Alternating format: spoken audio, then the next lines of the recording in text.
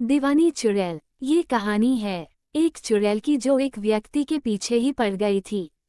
और हाँ, ये चुड़ैल उस व्यक्ति से बहुत कुछ दिल की बातें करती थी। इस चुड़ैल का तो यहाँ तक कहना था कि उसको उस व्यक्ति से प्यार हो गया है और वह सदा के लिए उसका बनकर रहना चाहती है। पर क्या वह चुड़ैल उस व्यक्ति को अपना बना पाए? शायद ये कहानी इस रहस्य पर से पर्दा उठाएगी और एक चुड़ैल के प्रेम को, उसकी चाहत को बयां करेगी। हाँ, पर इतना ही नहीं, मैं बता दूं कि यह कहानी मैंने उस व्यक्ति से सुनी है जिसके पीछे वह चुड़ैल पड़ गई थी। हाँ, मतलब प्यार में। एक दिन जब मैं उस व्यक्ति के पास बैठा, भूत प्रेतों के बारे में जानने के लिए बहुत ही उत्सुक था, तो उस व्यक्ति ने ये कहानी सुनाई। आप भी सुनिए और आनंद लीजिए। डरना मना है। ये कहानी आज से 55-60 साल पहले की है, जब गांवों के अगल बगल में बहुत सारे पेड़ पौधे, झाड़ियां आदि हुआ करती थीं। जगह जगह पर बंसवाड़ी, बांस का बगीचा, महुआनी, महुआ का बगीचा, बारियां, आम आदि पेड़ों के बगीचे आदि हुआ करती थीं। गांव के बाहर निकलने के लिए कच्ची पगडंडियां थीं, वह भी मूंज आदि पौधों से घिरी हुई। ऐसे समय में भूत प्रेतों, चुड़ैलों का बहुत ही बोलबाला था। लोगों को इन अनसुलझी आत्माओं के डरावने अनुभव हुआ करते थे, यहाँ तक कि ये रोए खड़ी कर देने वाली आत्माओं के कुछ नाम भी हुआ करते थे, जो इनके काम या रहने की जगह आदि पर रखे जाते थे। जैसे पंडित जी के श्रीफल पर की चुड़ैल, नेटुआबीर बाबा, बड़की बारी वाला भूत, बसबाड़ी में की चुड़ैल, सारंगी बाबा, रक्तप्यनी चुड़ैल, नहरडुबनी चुड़ैल, प्यासनमरी चुड़ैल आदि। तो आइए आप लोगों को उस चुड़ैल से मिलवाता हूँ, जो एक आम के बगीचे के कोने में स्थित एक बांस की कोठी यानी एक पास एक में सटे उगे हुए बहुत से बांस में रहती थी। ये कहानी जिस समय की है, उस समय बहेरू बाबा गबरू जवान थे। चिक्का, कबड्डी, दौड़ आदि में बढ़ चढ़कर हिस्सा लेते थे और हमेशा बाजी मारते थे। अरे भाई, कबड्डी खेलते समय अगर 3-4 लोग भी उन्हें पकड़ लेते थे तो सबको खींचते हुए बिना सांस तोड़े बहेरू बाबा लाइन छू लेते थे।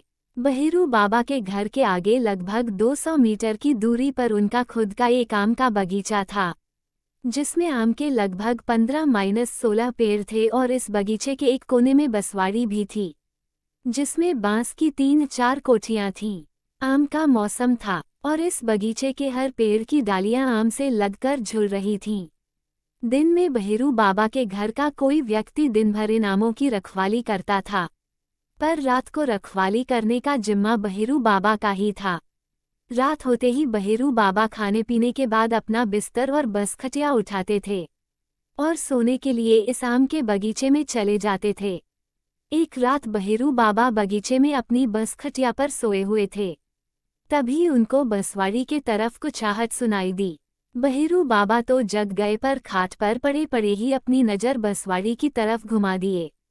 उनको बसवाड़ी के कुछ बांस हिलते हुए नजर आ रहे थे, पर हवा न बहने की वजह से उनको लगा कि कोई जानवर बांसों में घुसकर अपने शरीर को रगड़ रहा होगा और शायद इसकी वजह से ये बांस हिल रहे हैं। इसके बाद बहेरू बाबा उठकर खाट पर ही बैठ गए और अपनी लाठी संभाल लिए। अभी बहेरू बाबा कुछ बोले इसके पहले ही उन्हें बसवाड़ी में से एक औरत निकलती हुई दिखाई दी। उस औरत को देखते ही बहेरू बाबा की सांसें तेज हो गई और वे लगे सोचने कि इतनी रात को कोई औरत इस बसवाड़ी में क्या कर रही है, जरूर कुछ गड़बड़ है। अभी वे कुछ सोच ही रहे थे कि वह औरत उनके पास आकर कुछ दूरी पर खड़ी हो गई। बहेरू बाबा तो हक्का बक्का थे, उनके मुंह से आवाज भी नहीं निकल रही थी, पर कैसे भी हिम्मत करके उन्होंने पूछा कि तुम कौन हो और इतनी रात को यहाँ क्यों आई हो। बहेरू बाबा की बात सुनकर वह औरत बहुत जोर से डरावनी हंसी हंसी और बोली, औरत हूँ और इसी बसवाड़ी में रहती हूँ। बहुत दिनों से मैं तुमको यहाँ सोते हुए देख रही हूँ और धीरे धीरे मुझे अब तुमसे प्यार हो गया है। मैं सदा तुम्हारी होकर रहना चाहती हूँ। बहेरू बाबा को अब ये समझते देर नहीं लगी कि यह तो वही चुड़ैल है जिसके बारे में लोग बताते हैं कि इस बगीचे में बहुत साल पहले घुमक्कड़ मदारी जादूगर परिवार आकर लगभग 3-4 महीने रहा था और एक दिन कुछ लोगों ने उस मदारी परिवार की एक 10-11 साल की बालिका को इसी बसवाड़ी में मरे पाया था। और मदारी परिवार वहां से अपना बोरिया बिस्तर लेकर नदारद था, और वही बालिका चुड़ैल बन गई थी, क्योंकि उसकी हत्या गला दबाकर की गई थी। बहेरू बाबा अब धीरे धीरे अपने डर पर काबू पा चुके थे, और उस चुड़ैल से बोले कि तुम ठहरी मरी हुई आत्मा और मैं जीता जागता, तुम बताओ मैं तुमको कैसे अपना सकता हूँ। बहेरू बाबा की बात सुनकर वह चुड़ैल थोड़ा गुस्से में बोली कि मैं कुछ नहीं जानती, अगर तुम मुझे ठुकराओगे तो मैं तुम्हें मार डालूंगी, तुम्हें हर हालत में मुझे अपनाना ही होगा। अब बहेरू बाबा कुछ बोले तो नहीं, पर धीरे धीरे हनुमान चालीसा पढ़ने लगे। वह चुड़ैल धीरे धीरे पीछे हटने लगी, पर बहेरू बाबा को चेतावनी भी देती गई कि हर हालत में उनको उसे अपनाना ही होगा। इस घटना के बाद तो बहेरू बाबा की नींद ही उड़ गई, और वे अपनी बसखटिया उठाए घर चले गए। दूसरे दिन रात को बहेरू बाबा ने बगीचे में न सोने के लिए बहाना बनाया, और घर के बाहर दरवाजे पर ही सो गए। अरे ये क्या, रात को उनकी अचानक नींद खुली तो वो क्या देखते हैं कि उनके साथ कुछ गड़बड़ हो गई है, और कोई औरत उनके पास सोई हुई है। बहेरू बाबा फौरन जग गए, और उस औरत से लगे पूछने कि कौन हो तुम। वो औरत डरावनी हंसी हंसी और बोली कि रातवाली ही हूँ, तुम मुझसे पीछा नहीं छुड़ा सकते, और हाँ अब तो तूने मुझे अपना भी लिया है। अब प्रतिदिन रात को वह चुड़ैल बहेरू बाबा के पास आने लगी, और बहेरू बाबा चाहते हुए भी कुछ न कर सके। इस घटना को चलते 15-20 दिन बीत गए। अब बहेरू बाबा में पहले वाली ताकत नहीं रही, वे बहुत ही कमजोर हो गए थे। उनके घरवाले ये समझ नहीं पा रहे थे कि आखिर इनको क्या हो गया है, एक हट्टा कट्ठा आदमी इतना कमजोर कैसे हो गया। घरवालों ने बहेरू बाबा से बहुत बार पूछा कि उन्हें क्या हो गया है, पर वे लोकलाज के डर से कुछ नहीं बताते थे। कई डॉक्टरों को दिखाया गया, पर बहेरू बाबा की हालत में कोई सुधार नजर नहीं आया। एक दिन गांव में नाच नौटंकी आया हुआ था, और बहेरू बाबा अपने संगतिया लोगों दोस्तों के साथ नाच देखने गए हुए थे। जहां नाच हो रहा था वहां पान की दुकान भी लगी हुई थी। बहेरू बाबा ने वहां से पान लगवाकर एक बीड़ा खा लिया, और पानवाले से 2 बीड़ा लगाकर बांधकर देने के लिए कहा। पानवाले ने 2 बीड़ा पान कागज में लपेटकर बहेरू बाबा को दे दिया। नाच देखने के बाद बहेरू बाबा घर आए और सोने से पहले एक बीड़ा पान निकालकर खाए, और बाकी एक बीड़े को वैसे ही लपेटकर पॉकेट में रख लिए। उस रात बहेरू बाबा के साथ एक चमत्कार हुआ, और वह चमत्कार ये था कि वह चुड़ैल उनके पास नहीं आई।